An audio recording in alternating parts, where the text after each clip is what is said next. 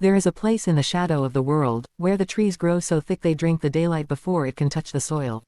It is a region of stunted pines and black water, of whispers that travel through the bogs faster than any man can run. And in that place, for more than 280 years, there has been a vigil.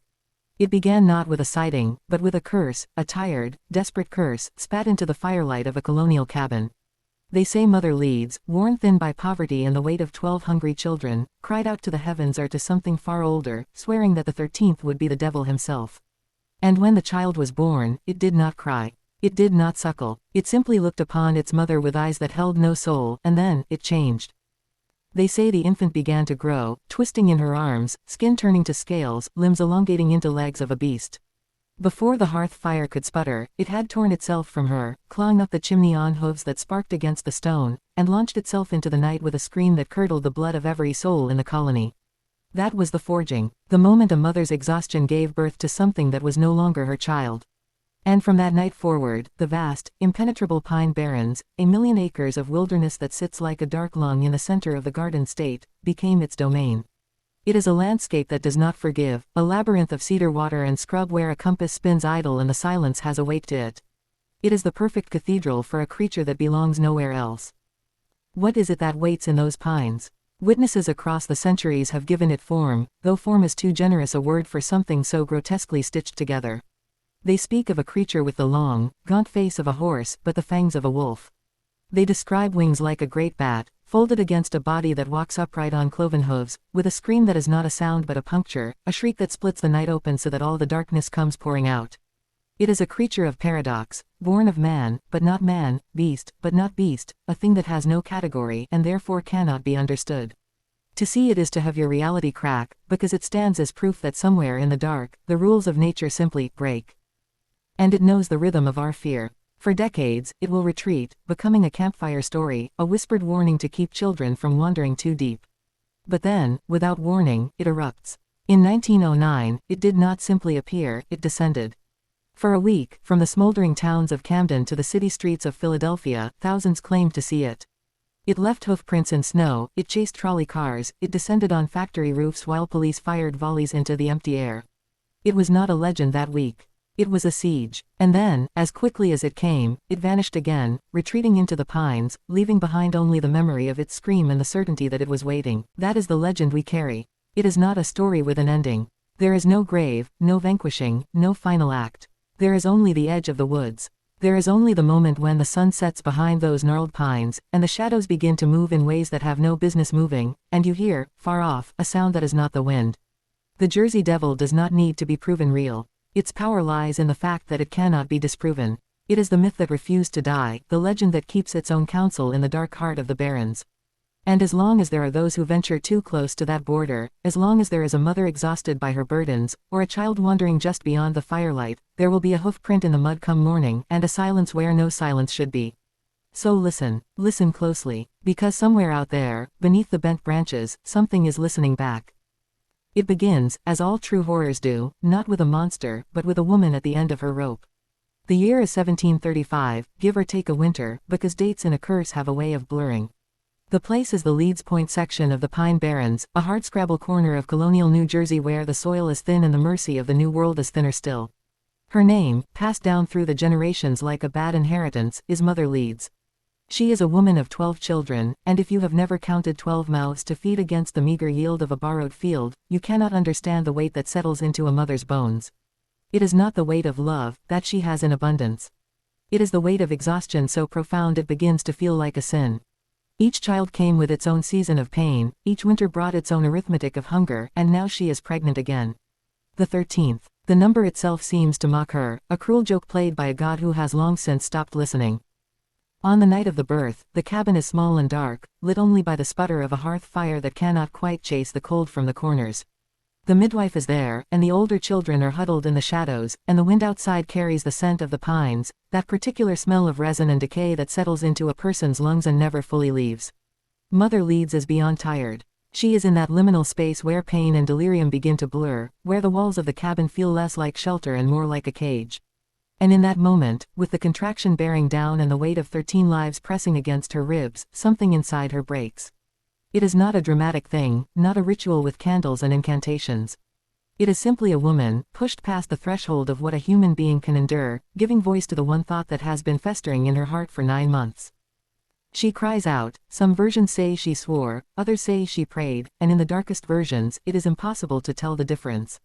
She looks at the fire, at the shadows dancing on the low ceiling, and she says, with a voice that is no longer entirely her own, that if this child is to be the 13th, then let it be the devil. Let it be the devil and take her out of this misery. It is a curse born not of malice, but of despair. It is the sound of a woman who has given everything she has to give and has been asked for one more child she does not possess the strength to hold. The midwife later tells the story, as midwives always do, of what happened when the child emerged. She says the baby was born looking like any other, red-faced and squalling, a boy with the usual fists and feet. But then something passed over its features. The midwife claims she saw its eyes open, and what looked back at her was not the blank gaze of an infant, but something older, something that had been waiting in the darkness beyond the firelight for an invitation. And then the child began to change. Not slowly, not over days, but in the space of a single breath. It stretched. It twisted. The limbs elongated, the skin grew slick and dark, the face pushed outward into a snout, and from its back, things that were not quite wings began to unfurl. The curse had been answered. And in that moment, Mother Leeds learned the terrible truth about the words we speak when we believe no one is listening. They are always, always heard. The transformation does not happen in a distant cave or a cursed forest, but in the most sacred and intimate space a child can know, its mother's arms. This is what elevates the legend beyond mere folklore, what embeds it so deeply in the marrow of those who hear it. The creature is not summoned from the pit by a sorcerer's incantation. It is cradled. It is held against a mother's breast in the moments after birth, still slick with the evidence of her suffering, and it is there, in that space of what should be warmth and safety, that the natural order collapses. The midwife's accounts, passed from trembling lips to wider ears, describe a process that defies every law of flesh and time. One moment, the infant is a child, red-faced, squalling, ordinary in its newness. The next, its features begin to swim. The eyes, which should be closed against the lantern light, snap open with a knowing that no newborn possesses. They do not search for the mother's face with blind instinct. They look at her, and what resides in that gaze is not recognition but judgment. Then the body follows where the eyes have led. The limbs, those delicate, curling limbs that should be wrapped in swaddling, begin to lengthen with an audible crackle of sinew and bone. The fingers fuse and thicken, the nails darken into hooves, and the legs contort into the haunches of a beast built not for the cradle but for the chase. The skin, that impossibly soft newborn skin, turns gray and leathery, stretching taut over a frame that is no longer infantile but grotesquely adult in its proportions. From the shoulders, 2 membranous wings push forth, not unfurling like a butterfly from a cocoon but tearing through the flesh as if something inside has been clawing to escape since the moment of conception. The face elongates into a horse's skull, the mouth splitting wide to reveal rows of fangs where no teeth should be, and from that throat comes a sound that is not a cry, not the desperate wail of a child seeking comfort, but a scream. A scream that belongs to no living thing, a sound that scrapes against the ears of everyone in that cabin like shards of glass dragged across bone. This is the forging. This is the moment when a creature is made, and the making is significant because it speaks to a truth the legend holds close. The Jersey Devil is not a visitor from elsewhere. It is not a demon that slipped through a crack in the world. It is a perversion of something that began as human, a corruption of the familiar, and that makes it infinitely more terrifying than any beast that simply arrived. The mother's curse did not summon an external evil, it unlocked something that was already present, something dormant in the bloodline or in the despair of that cramped colonial cabin. The child was born, and then it was unmade, its humanity stripped away in seconds until what remained was a hybrid abomination that defied classification. It was no longer human, but neither was it fully animal. It was a thing of contradictions, a horse's head on a creature that walked upright, bat's wings on a frame built for running, the scream of a demon in the body of a newborn. The midwife, frozen in the corner with her hands still wet from the birth, watched as this thing twisted in Mother Leeds's arms. She watched as the mother's grip, which should have tightened in protection, instead slackened in horror. And then, with a final convulsion, the creature tore itself free. It did not crawl. It did not stumble. It launched across the cabin on those newly formed legs, claws scrabbling against the stone hearth, and it ascended the chimney, that narrow passage meant to carry smoke to the sky, with a speed that spoke of something intimately familiar with escape.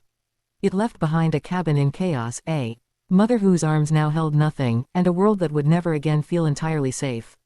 The thing that had been her 13th child was gone, but in its leaving, it had carved a wound that would not heal. It had been forged in that moment of exhausted desperation, and in its forging, it had become immortal. To speak of the Jersey Devil is to speak first of the place that holds it, for the two are inseparable, bound together in a covenant older than the colonies themselves. The Pine Barrens stretch across more than 1,000,000 acres of southern New Jersey, a vast and ancient wilderness that has been called many things by those who know it: the pines, the barrens, the woods. But those names are too gentle for what this place truly is. It is a landscape that rejects the notion of human dominion, a primordial sprawl of stunted pitch pines and twisting cedars, of bogs stained the color of tea and sand that shifts beneath your feet like the ground itself is undecided about holding your weight. This is not the romantic wilderness of mountain vistas or roaring waterfalls. It is a low, flat, relentless maze where the horizon is always just out of sight, where the trees grow so densely that they form a canopy so thick the sun becomes a rumor, a distant memory that filters down in fractured shards of light that seem to confuse more than they illuminate. The barrens have a voice, and it is a voice that unsettles the human ear. When the wind moves through those pines, it does not whistle or rustle in the familiar way of northern forests. It moans, it whispers, it seems to shape itself into syllables that hover just at the edge of comprehension, sounds that make you stop mid-step and tilt your head, certain for a moment that you heard your name called from somewhere deep in the scrub. The ground itself conspires against certainty. There are places where the sand swallows footprints within minutes, erasing your passage as though you were never there. There are bogs hidden beneath a deceptive crust of vegetation that looks like solid earth but will open beneath a careless step to swallow you into cold, dark water. The cedar swamps, where the ancient trees rise from stagnant pools, are places where the air grows thick and still, where the silence becomes a presence you can feel pressing against your eardrums, and where the reflection of the sky in the black water shows you a world turned upside down, a realm beneath the surface that seems to mirror your own but is not quite right. This is the territory that the creature claimed from the moment it clawed its way up that chimney. And the barrens welcomed it, or perhaps it is more accurate to say that the barrens had been waiting for something like it all along. There is a reason this legend did not take root in the orderly farmlands to the north or the bustling ports along the coast. It needed a place where the rules of civilization lose their authority, where the grid of roads and property lines dissolves into something older and less forgiving. The Pine Barrens have always been a refuge for what does not fit, a hiding place for outlaws and fugitives, for the ironworkers who fled the revolution and the hermits who chose the company of owls over the company of men. It is a place where the boundary between the known and the unknown grows thin, where a person can walk for hours and realize they have been walking in circles, where the compass needle spins lazily because the iron deposits in the soil have made true north a suggestion rather than a law. To enter the barrens is to leave behind the assurances of the modern world. The cell signal fades first, then the paved roads give way to sand trails that seem to lead nowhere, and eventually even the sound of traffic dissolves into that vast, pressing quiet. It is in that quiet that the legend breathes. Because when you stand in the heart of those pines, when the light begins to fail and the shadows stretch out from the trunks like reaching fingers, you understand something that the first settlers understood instinctively: this place does not belong to us. We are visitors here, trespassers on a landscape that was ancient before our ancestors crossed the ocean. And if a creature born of a mother's curse and forged in the fire of colonial despair had to choose a home, it would choose this one. The barrens do not merely contain the legend. They are the legend. They are the darkness that shapes it, the silence that conceals it, the maze that ensures it can never truly be found or fully escaped. To look upon the Jersey Devil is to witness nature committing an act of heresy against itself. The creature's form is not merely monstrous, it is an affront to the very principle of classification, a being that refuses to abide by the boundaries that separate one kind of life from another. Imagine, if you dare, a creature that stands somewhere between 7 and 10 feet tall when it rises on its hind legs, a height that shifts depending on who is reporting and how close they were when they fled. Its head is that of a horse, but not the noble, gentle horse of pasture and plow.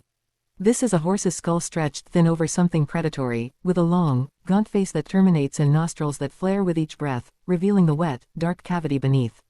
The ears are pointed, swiveling independently to catch sounds from directions no ear should hear, and the mouth, when it opens, and it does open, often, to unleash that scream, contains rows of teeth that have no business being in any equine jaw.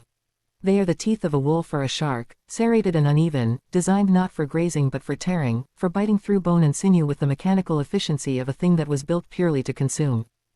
From the neck down, the contradictions multiply. The body is lean and muscular, covered in hair that witnesses have described as black, brown, gray, or white, depending on the light and the level of terror coloring their memory. It stands on 2 legs like a man, but the legs themselves are those of a goat or a stag, terminating in cloven hooves that have left their mark on the frozen ground of countless Jersey winters, impressions that seem to smoke faintly in the cold as though the heat of the creature's passage has scorched the ice.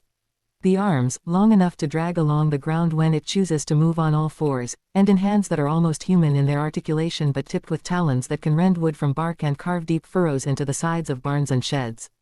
And then there are the wings. They rise from its shoulders like the final insult to any notion of natural order, great leathery membranes stretched across a frame of bone that echoes the structure of a bat's wing but on a scale that should not exist. When folded, they rest against its back like a dark cloak, a shroud that seems to absorb the light around it. When unfurled, they span a width that can block out the stars, creating a shadow that falls over the ground like the eclipse of a small, malevolent moon. This hybrid form is what makes the creature so deeply, primally terrifying. The human mind craves categories. We need to know if a thing is predator or prey, animal or spirit, beast or myth.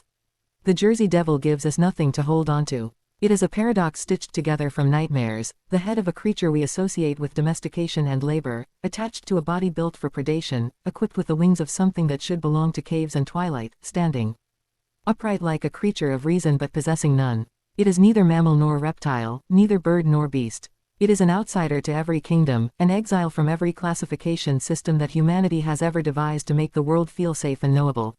And because it defies category, it defies understanding. You cannot predict its behavior because you cannot place it within any framework of natural law. You cannot appeal to its better nature because it has no nature that you can recognize as your own. Witnesses across 3 centuries have tried to capture this impossibility in their accounts, and their descriptions always carry the same quality of a mind straining against the limits of language. They say it moves in ways that are wrong, its joints bending at angles that suggest its skeleton operates under different principles than yours. They say its eyes glow red or yellow in the darkness, positioned on the sides of that horse-like head but somehow seeming to fix on you with a predatory focus that feels intelligent, aware, deliberate. They say its scream is the worst part, a sound that seems to come from everywhere at once, that vibrates in the chest like a second heartbeat, that contains within it the shriek of a woman in labor, the cry of a newborn, the bellow of an animal caught in a trap, and something else besides, something that has no human equivalent, no animal analog, no place in any catalog of known sounds. It is the sound of a creature that should not exist, reminding you that existence is not obligated to make sense. And in that moment, standing before something that defies every category you have ever relied upon, you understand that you are not looking at a monster. You are looking at the collapse of order itself. The legend does not live in a straight line. It breathes in cycles, moving through history not as a constant presence but as a rhythm of silence and eruption, quiet and chaos. For decades, sometimes for generations, the Jersey Devil retreats into the deep places of the Pine Barrens, becoming little more than a whisper passed between families around hearth fires, a warning used to keep children from wandering too far into the scrub. The sightings fade. The hoofprints disappear from the snow. The newspapers, which once ran headlines tall enough to shake a city, turn their attention to other matters, wars and elections, scandals and innovations. The world moves on, and in the quiet of those long stretches, it becomes possible to believe that the creature was never real at all, that it was merely a story spun from colonial hardship, a ghost that had finally been laid to rest by the march of progress and electric light. This is the trap. This is the rhythm that the legend has perfected over nearly 3 centuries, the art of making itself forgettable just long enough for doubt to take root, just long enough for the people of the region to let their guard down, to walk a little deeper into the woods, to leave their doors unlocked on a warm summer night. Then, without warning, the silence shatters. The pattern holds true across the decades, but no eruption is more infamous, more documented, more terrifying than what began in January 1909. That winter, the creature did not simply appear to a lone traveler on a deserted road. It descended upon an entire region with the force of a siege. The first reports came from the town of Woodbury, where a local businessman named E.W. Minster claimed to have seen a creature with a horse's head and bat's wings flying over his property. Within days, the sightings exploded across southern New Jersey and into eastern Pennsylvania. Police officers in Camden drew their weapons and fired at a thing that perched on a factory roof, its silhouette black against the winter sky. Trolley drivers in Haddon Heights watched in disbelief as their cars were chased down the tracks by a creature that kept pace with the steel wheels, its hooves striking sparks against the rails. Postal carriers refused to deliver mail to isolated farmhouses. Schoolchildren were kept indoors as the sun set. Vigilante groups formed, armed men fanning out into the barrens with lanterns and rifles, determined to end the terror once and for all. They found nothing but tracks, hoofprints that appeared in the snow without leading anywhere, that circled houses in patterns that suggested something had been watching, waiting, deciding. What makes the pattern so unsettling is not merely the intensity of the outbreaks but the abruptness with which they end. The creature does not retreat because it is wounded or driven off. It simply stops. The sightings taper from dozens per day to a handful, then to rumors, then to nothing. The armed men return to their homes, the newspapers move on to other stories, and the Pine Barrens reclaim their silence. It is as though the creature has a calendar of its own, a schedule written in a language no human can decipher. Some have tried to find patterns in the eruptions, linking them to economic depressions or wartime anxieties, to phases of the moon or to the cycles of the forest itself. But the truth is that the Jersey Devil operates on its own time, in its own logic. It appears when it chooses, and it vanishes when it chooses, and the only thing that remains constant is the aftermath, the certainty, shared by everyone who lived through the outbreak, that what they witnessed was real. The cycle of silence and outbreak serves a deeper purpose than mere survival. It is what keeps the legend alive across generations, what prevents it from being dismissed as a relic of a superstitious past. Because each new eruption catches a new generation off guard. Each wave of sightings creates fresh witnesses, fresh accounts, fresh terror for an age that thought itself beyond such things. The pattern ensures that the legend is never truly old, never truly buried. It is always waiting in the quiet, always patient, always ready to remind the world that the Pine Barrens have not given up their secret. The silence is not an absence. It is a gathering, and the outbreak is not a beginning. It is a return. The legend does not conclude. This is its most essential quality, the feature that separates it from the tidy narratives of folklore where the monster is slain, the curse is broken, and the community returns to its peaceful slumber. The Jersey Devil offers no such comfort. There is no stake through its heart, no cliff from which it was cast, no agreement struck that banished it to some distant realm where it can no longer trouble the living. There is only the open-ended fact of its persistence, the unclosed circle of its existence.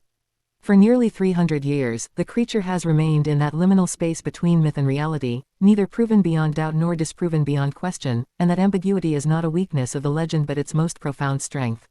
It means that every person who hears the story must decide for themselves what to believe, and in that decision, the legend takes root in fresh soil, growing new branches of fear and fascination with each generation. To live in the shadow of the Pine Barrens is to accept a certain vigilance that outsiders can never fully understand. The people who know those woods, the hunters, the hikers, the cranberry farmers who work the bogs, the old families whose names appear on gravestones in churchyards that predate the Revolution, they carry something in their posture, a certain watchfulness that never quite relaxes. They do not speak of the creature often, not to strangers and not always to one another, but it lives in the way they check the sky at dusk, in the way they keep their barn doors latched even on the warmest nights, in the way they teach their children to stay within earshot of the house when the light begins to fade. This is not superstition to them, not in the dismissive sense of the word. It is lived knowledge, passed down through blood and memory, the accumulated wisdom of generations who learned that the Barrens do not give up their secrets easily and that some things that walk in those woods do not walk on two legs in any way that human beings understand. The unending nature of the vigil creates a particular kind of tension, one that has no release valve. There is no final confrontation to anticipate, no resolution to work toward. The creature does not need to be hunted because it cannot be hunted to extinction. It does not need to be exorcised because it was not summoned by any ritual that can be reversed. It simply exists, as the barrens exist, as the bogs and the pines exist, as the darkness that falls between the trees each evening has existed since long before the first settlers built their cabins along the coast. And in that simple, stubborn existence lies the heart of what makes the Jersey Devil the most enduring myth America has produced. It asks nothing of us except that we remember. It demands no offerings, no ceremonies, no campaigns of eradication. It only asks that we continue to look over our shoulders when we walk through the pines, that we listen a little more carefully when the wind picks up from the south, that we acknowledge, if only to ourselves, that there are places in this country where the wild things have not been tamed and the old fears have not been reasoned away. The vigil continues because the alternative would be unbearable. To declare the legend closed, to announce that the creature was nothing but hysteria and misidentification and the fevered dreams of exhausted colonists, would be to assert that we have mastered the Pine Barrens, that we have mapped every trail and catalogued every species, that we have driven the mystery out of that million-acre wilderness and replaced it with the sterile certainty of a completed project. But anyone who has stood in the deep pines, anyone who has felt the silence press in from all sides and watched the shadows pool beneath the cedars as the last light drains from the sky, knows that such certainty is a lie we tell ourselves to keep the dark at bay. The Barrens are not conquered. They are not even fully known. And in their vast, tangled depths, something watches. Something waits. The hoof prints appear without explanation. The scream echoes without source. And in the morning, when the mist rises from the bogs and the first light filters through the twisted branches, you are left with a question that has no answer and a quiet that never quite feels empty. The legend is not over. It will not be over tomorrow. It will not be over as long as there are pines standing and shadows falling in a stretch of road that runs too close to the edge of the woods. The unending vigil is not a burden. It is the price of living next to a place that was never ours to begin with, and the Jersey Devil is simply its oldest, most patient resident, waiting for the moment when we forget again, so that it can remind us why we were afraid in the first place.